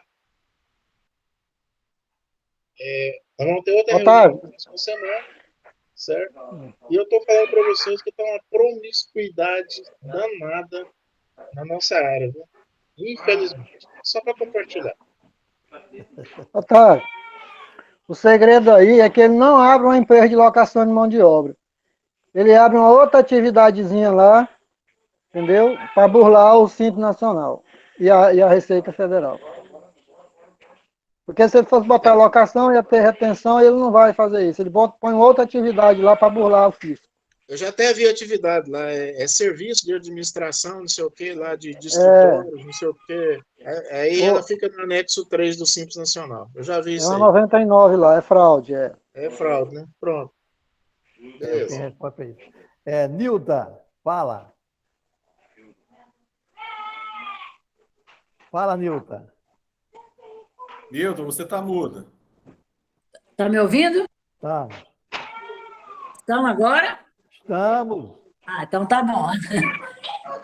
A pergunta é o seguinte: eu abri uma empresa de madeira. E hoje ele terminou, saiu o cadastro, ele conseguiu colocar o programa, só porque eu não deixei ele dar saída pela situação essa madeira, que é eucalipto. Eu tenho que fazer um cadastro ambiental? É pelo IBAMA ou é um cadastro só ambiental? Para ele dar saída nessa mercadoria? Ele já comprou. Na sua compra já devia ter pago o imposto ambiental, viu? Fala, Everaldo, fala. Eu trabalho com 3 empresas que revendem eucalipto. O que acontece? Eucalipto é madeira de remanejamento ambiental, entendeu? Então, ela não precisa de ter aqueles cadastros lá no IBAMA, não. Porque ela é de manejo. Não precisa. Entendeu? Tá. É porque ela é de manejo. Ela é plantada e serrada, depois replanta de novo. Então, ele chama de manejo. De manejo. Então, essa situação não requer nada de IBAMA, não, tá? Nem IBAMA e nem meio ambiente, nem nada? Nada. O que você vai ter problema é se você trazer madeira do Pará, por exemplo, Massaranduba, IP, se vier do Pará, se não vier guiado pelo IBAMA, as guias hoje são todas elas com chip, e são todas elas guiadas via chip, e se você não tiver essa documentação todinha, que é Na muito entrada. complexa do IBAMA, aí você vai estar enrolado. Se vier madeira do Pará, do Amazonas aí, Maranhão, Madeira de Goiás, lei. Mas agora essas de madeiras, eucalipto, não. então quer dizer que basta eu tirar só a Mas, inscrição do Estado? peraí, Sim, Otávio, sim. mas ele tem que fazer, certo, um cadastro, certo, de manejo desse eucalipto. Não, Reflorestamento. a reflorestadora que tem. Aí ela já Ah, remete um documento junto com a nota fiscal. sim, tem que dar o De quem documento, viu? de quem ele É, comprou, tem que ter o de quem ele manejo. comprou. É, Exato. É sim. porque ele precisa disso. Porque eu até, inclusive, eu tenho empresas que fabricam botas de pele de jacaré. Mas essas peles de jacaré, o que acontece? A empresa lá no estado de São Paulo, E eles vende também para têm ele? criatório. Ele tem criatório próprio. Aí, Certo. quando eles mandam o couro de jacaré, eles já mandam com os documentos tudo de IBAMA junto com a nota. Entendeu? Ah, tá. Otávio, E assim é o eucalipto também. Quer dizer que da O onde ele eucalipto comprou, também. ele já vem do manejo. Se for de Goiás, se for de Brasília, por exemplo, eu não sei, tá? tem o documento, né? Tem que ter o documento. Porque Ele tem que te mandar o documento.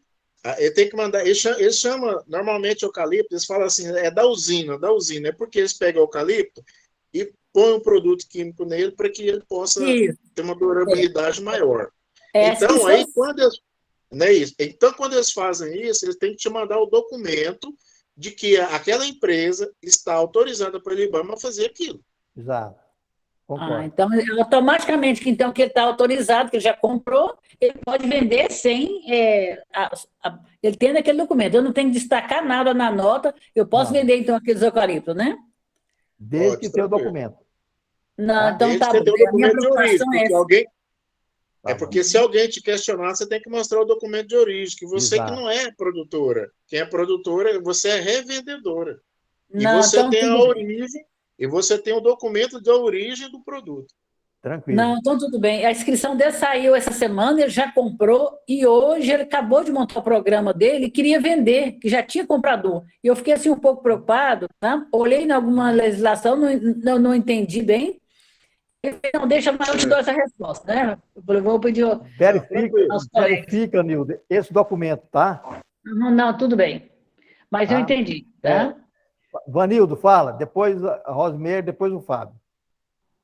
Vanildo. Eu tenho uma pergunta, né, sobre esse assunto, não. Tá bom. Posso fazer? É sobre esse assunto?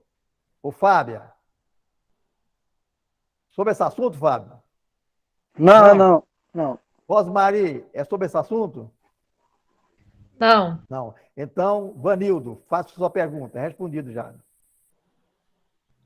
Eu estou com uma dúvida. Faz tempo que eu não mexo com esse negócio de aquele portal do empreendedor. Tem uma pessoa que sempre faz para mim e eu preciso mexer com o negócio de uma associação e ela disse que não mexe, só mexe com empresa. Na hora que eu vou preencher lá naquela tela inicial que eu coloco lá, é cartório ou receita, eu estou em dúvida. Quando eu ponho cartório, no caso eu vou pedir ao CNPJ. Então eu tenho que marcar só receita, cartório ali, se eu fosse registrar um ato no cartório, seria isso ali no portal do empreendedor? Quando eu vou começar a digitar os dados lá, o órgão, primeiro, no início, lá ele pergunta se é junta, cartório e acho que Receita Federal. No meu entendimento, é cartório.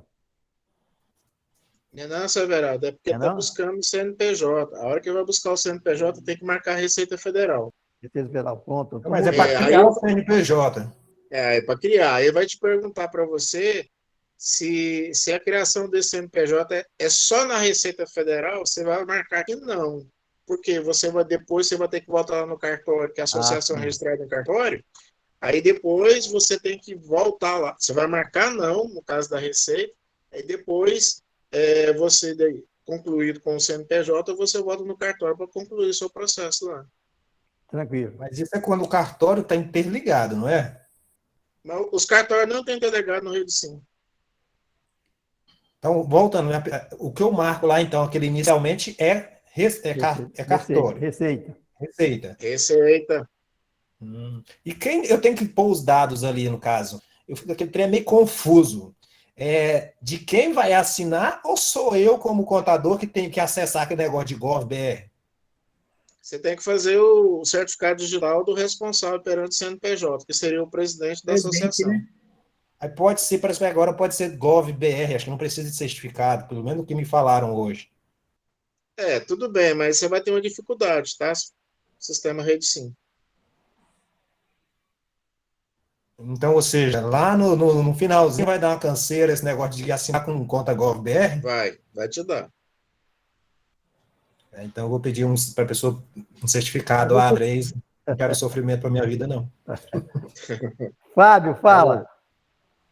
Não, primeiro Rosmarie. Não, pode deixar o Fábio falar, eu quero fazer só uma... Só falar, dar uma ideia. Fábia, fala.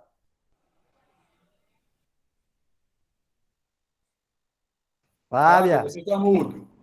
Com relação ao MEI que você falou que paga a contribuição patronal, lá na resolução 140 de 2018, do Comitê Gestor do Simples Nacional, lá no artigo 113 fala o seguinte: a empresa contratante de serviços de hidráulica, eletricidade, pintura,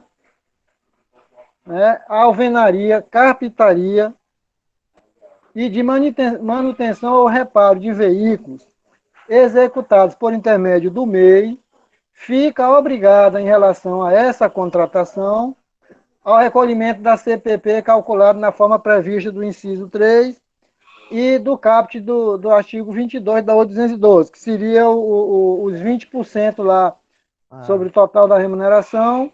E no caso de banco, comércio, banco de investimento, banco de desenvolvimento, caixa econômica, teria mais um acréscimo lá de 2,5%. Então, nessas atividades aí, vai ter a empresa contratante do MEI vai ter que recolher o patronal. Certo. Só isso. Beleza. Rosmarie, fala. Eu só quero fazer assim comentar sobre a questão que os colegas estavam falando aí, sobre outros colegas contadores que fazem coisas erradas e sobra para a gente que faz o que é certo.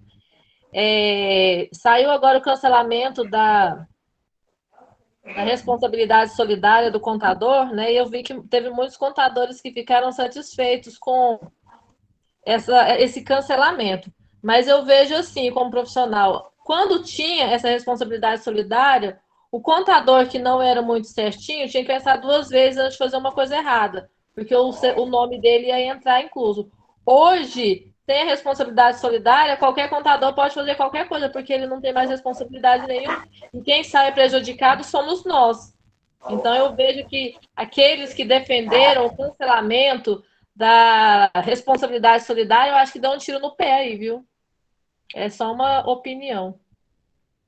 Pode falar, Everaldo? Pode. Bem, eu entendo que a responsabilidade solidária para quem faz coisa errada continua vigendo, ou seja, o que foi mudado, foi retirado, foi um artigo lá da lei do Estado, né, em que esse artigo direcionava ao profissional contábil. Mas, em sentido amplo, tem um artigo lá que pega todo mundo. Nós temos o Código Civil também, lá no artigo 1179, se eu não me engano, também que dá penalidade, reflete como contribuinte solidário para qualquer profissional, direcionado diretamente para o contador, lá no Código Civil. Então, quem está achando que porque foi retirado aquele artigozinho lá daquela lei estadual que está isento, está pensando errado, que vai penalizar do mesmo jeito. Não caiu nada, não. Caiu só aquela leizinha lá, aquele artigo, mas nessa própria lei lá, no sentido geral, ela alcança todos os profissionais. Aí, nisso, o contador está no meio. Ô, Fábio, e talvez pior. Então, quem está querendo fazer coisa errada, achando que com aquela retirada daquele artigozinho lá, vai escapar, não vai não. O fisco pega do mesmo jeito. Eu falo porque eu já ouvi colegas profissionais falando sobre isso. Ah, não, agora não tem mais que, a gente não tem mais que se Não, responsabilizar pelo que o empresário falaram faz, errado. então eles fazem o que eles Não, quiserem, mais ou menos assim. não. Não, falaram errado. Fala, Vanildo.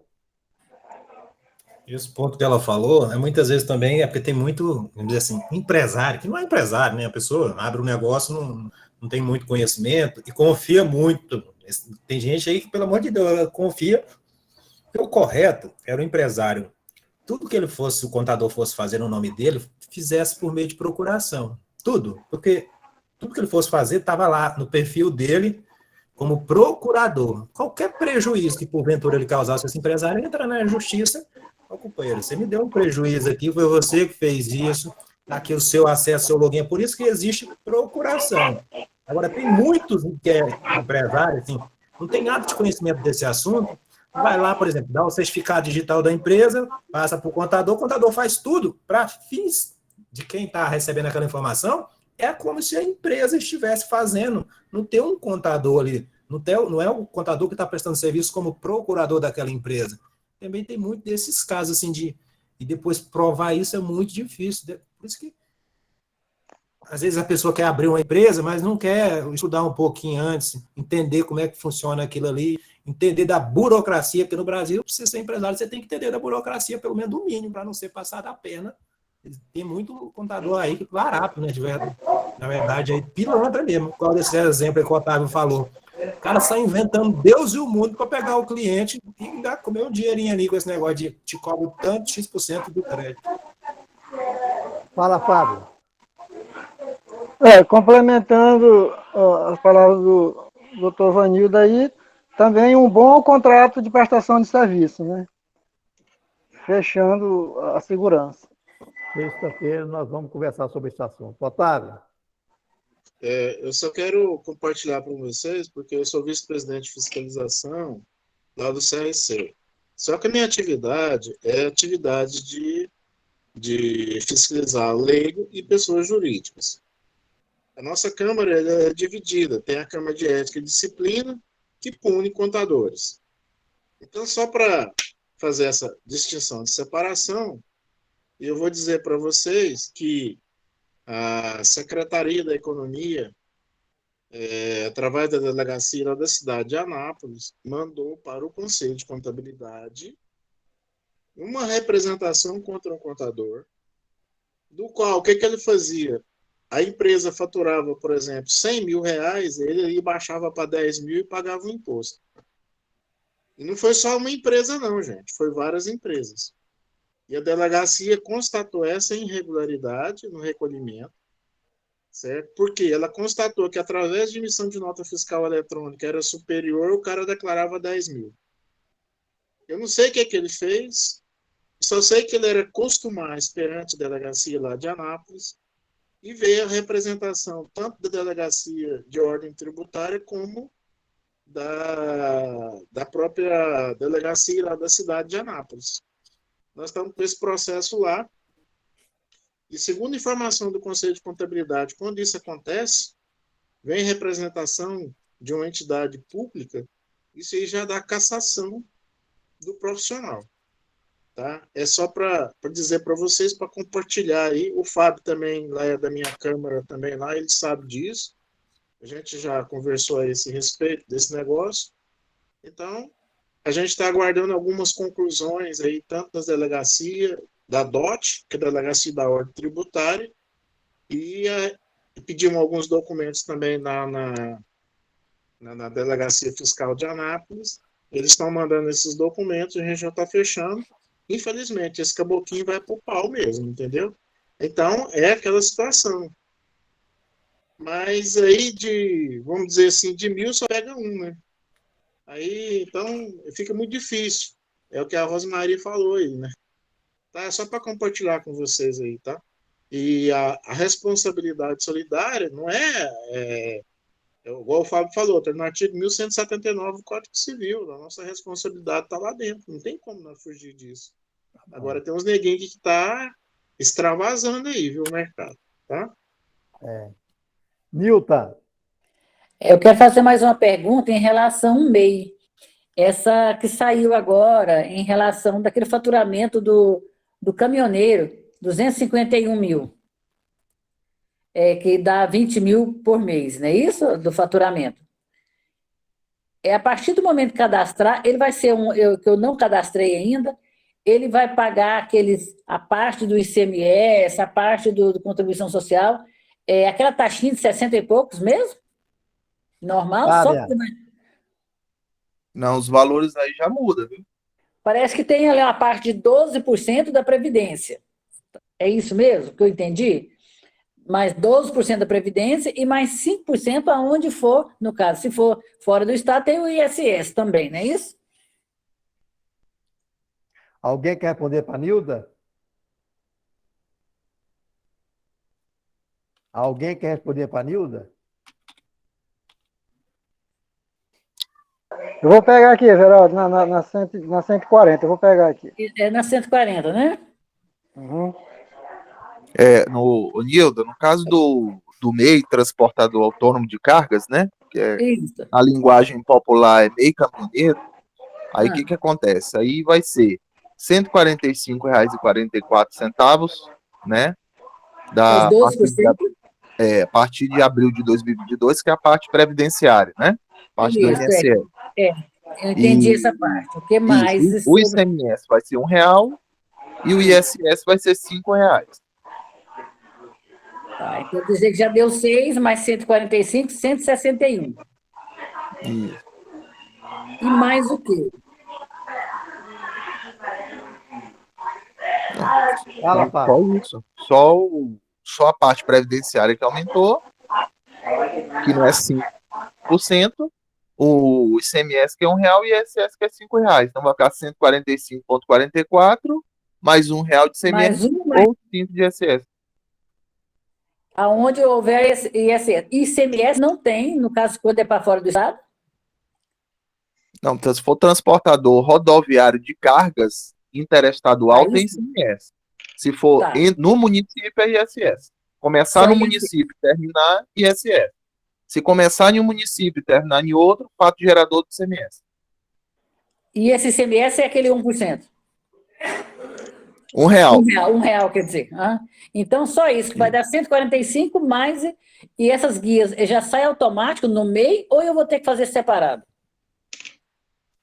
Não, quando você registra como MEI caminhoneiro, você já geraria como se você estivesse gerando igual a do MEI convencional.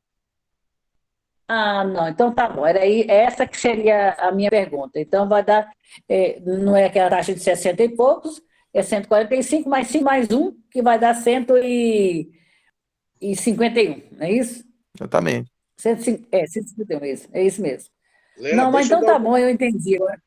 Léo, Eu vou deixa eu dar falar, uma ponta aí. Nilton, é que acontece, Oi? caminhoneiro é aposentadoria especial, com 25 anos de trabalho ele aposenta, por isso que a Previdência subiu. Não é isso, Léo? Sim.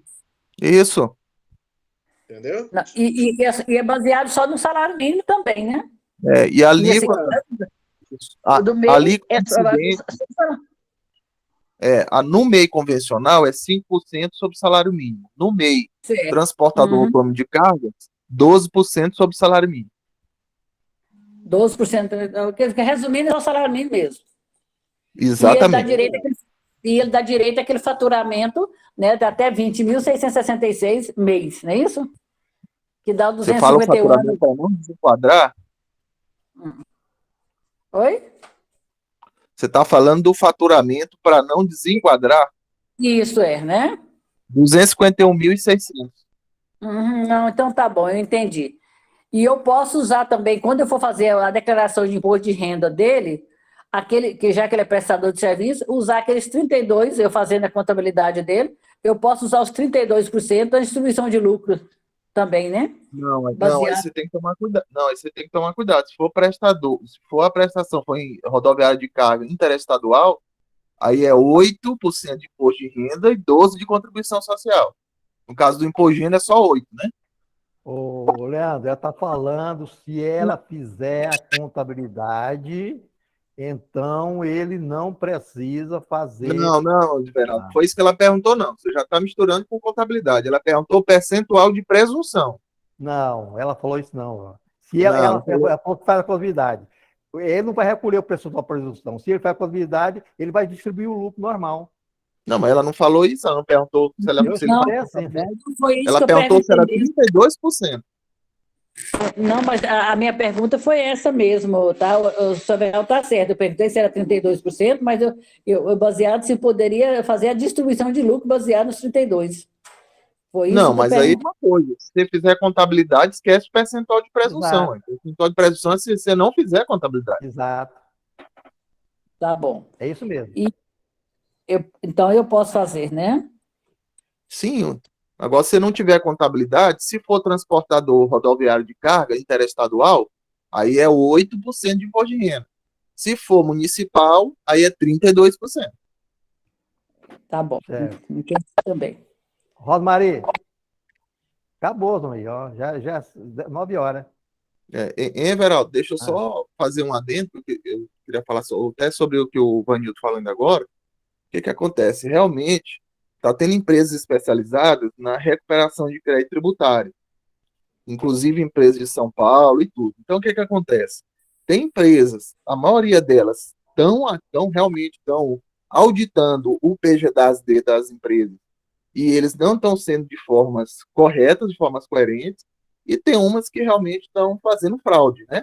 Estão executando fraude. Mas a maioria dos PGDAS-D, que essas empresas elas estão encontrando crédito, é porque os produtos monofásicos não estão sendo desonerados lá no PGDAS-D, né? O que é a substituição tributária de ICMS e de PIS e de COFINS também não está sendo desonerado lá no PGDAS-D. Então, parte disso aí que os empresários estão pagando é porque eles querem reduzir a carga tributária e o pessoal, a maioria dos profissionais que estão apurando o PGDAS-D não faz essa desoneração do PIS e do COFINS na tributação monofásica, na substituição tributária, e também não faz a desoneração da substituição tributária no ICMS. Então, a empresa ela pede certificado digital para o empresário passa o certificado digital para ele entra no PGDAS-D e vê lá a tributação toda cheia. Se não é isso, não está assertivo, não está 100%. A empresa tem uma quantidade de estoque lá enorme, vamos supor, bebidas frias, tem uma quantidade enorme lá. Quando desonera, não desonera 100%, não reflete a realidade. Ele joga um valor ali arbitrário, ali, 30%, mais ou menos, ele joga ali dentro do PGDAS. Aí esses escritórios vêm e conseguem fazer a retificação da apuração do PGDAS-D, gera um crédito lá no banco de dados da Receita, aí o empresário ele compensa ou ele restitui. Então, o que está acontecendo é o seguinte, que está apurando o PGDAS-D também, na maioria das vezes, está apurando, tributando cheio. Vou dar um exemplo agora. A parte de combustíveis. Quem não está acompanhando no varejo, a parte de combustíveis, exceto gasolina, passou a ser tudo alíquota zero, em toda a cadeia. Então, um exemplo, se a empresa estiver vendendo GLP, gás de cozinha, que anteriormente era desonerado no PGDAS-D, a nível de PIS e COFINS, tributação monofásica, agora é alíquota zero. Alíquota zero, no Simples Nacional, é pago. Então, quem não estiver acompanhando isso, vai estar fazendo o contrário no PGDAS-D, que antigamente desonerava, agora não pode mais. Então, o que está acontecendo? Que os empresários estão querendo fazer caixa com essa recuperação de crédito tributário. E a maioria dos PGDAS-D estão sendo apurados de forma incorreta. Alô. Rosmari, para acabar. Sobre essa questão do caminhoneiro, duas dúvidas. Igual o colega falou, que vai depender se ele vai transportar municipal, para ele pagar ISS, ou se ele vai transportar estadual, para ele pagar ICMS. Só que ele comentou que a guia vai ser feita da mesma maneira que o MEI normal. Como é que o sistema vai saber se o meu frete é municipal ou estadual? E a segunda pergunta, já dentro da mesma coisa. Se, igual o nosso colega Otávio falou, que o MEI caminhoneiro aumentou a previdência dele, porque ele tem direito à aposentadoria especial, e aí no MEI ele é um contribuinte individual, por que o contribuinte individual de outra natureza jurídica não tem? Se pensar. Alguém quer responder aí? Pelo KNAI, ué, que vai calcular ISS ou ICMS. É o KNAI que você coloca lá de atividades. O sistema já entende que é na guia vai ter ISS ou ICMS. Se você pôr os dois KNAI, ele vai pegar os dois. Se você pôr só um, vai pegar só ICMS ou ISS. É pelo KNAI das atividades. A segunda pergunta sua aí é a questão de legislação. Isso aí é outra lei que trata especificamente desse tipo de atividade. Então, é uma lei específica e é até uma lei complementar. Então, lá, né, dentro da lei, lá já está, o governo já está pressupondo que para aquela atividade ele está sujeito à aposentadoria especial, então por isso que ele adicionou, ficou maior do que em relação a um MEI normal. Então, é questão de legislação, são leis diferentes. Bem, pessoal, a nossa hora acabou, né? Por último, Fábio, quer falar, Fábio? Rapidão. Não, né? A hora acabou. Quero falar. Fala. Não, a doutora Rosmaria está questionando se o contribuinte individual não tem direito à aposentadoria especial. Como eu li anteriormente, tem direito sim. Só que ele vai ter... O que vai diferenciar ele do trabalhador, o que vai diferenciar ele do cooperador, né, e das empresas cedentes de mão de obra, é que ele não tem o PPP, mas ele tem que fazer o LTCAT para provar que ele está sujeito à aposentadoria de risco. Mas o contribuinte individual tem sim. No caso do caminhoneiro aí, é porque, como se trata de MEI e teria que recolher, eles já colocaram tudo dentro, mas... Uma vala só. É uma vala só, né? Deixa eu me ver aqui. Tá, com relação àquela questão da responsabilidade solidária, né, do contador, está lá no artigo 45 da Lei 11.651 do Estado, né? Então lá eles estão retirando